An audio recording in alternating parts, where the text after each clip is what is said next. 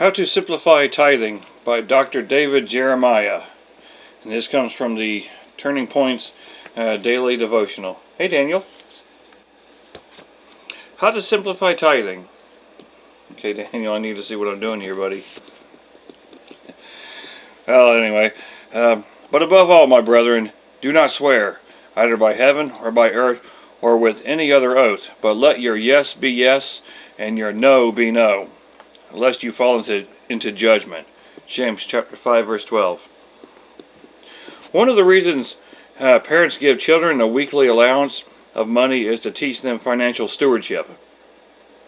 Financial responsibility, too. Save some, share some, spend some, and set aside some for the Lord's work. There is an easy way to accomplish that last responsibility, by setting aside money for God. It's called tithing.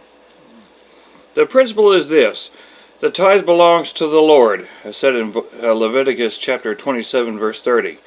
The easiest way to make sure we remain faithful to give the Lord His tithe is to build our personal or family budget around 90% of our income instead of 100%. If 10% of what we earn belongs to God, then we build our own savings and expenditures based on 90% of our income. That takes the decision making out of the process. Setting aside God's tithe first every month means our budgeting doesn't include decisions. It doesn't include decisions about what is His. Tithing to God is a step of obedience in the Christian life. And like all steps of obedience, God will bless our faithfulness to Him. And the given scriptures here is from Ecclesiastes chapter 5, verse 4 through 7. When you make a promise to God, don't delay in following through, for God takes no pleasure in fools. Keep all the promises you make to Him. It is better to say nothing than to make a promise and not keep it. Don't let your mouth make you sin, and don't defend yourself by telling the temple messenger that the promise you made was a mistake. That would make God angry, and He might wipe out everything you have achieved.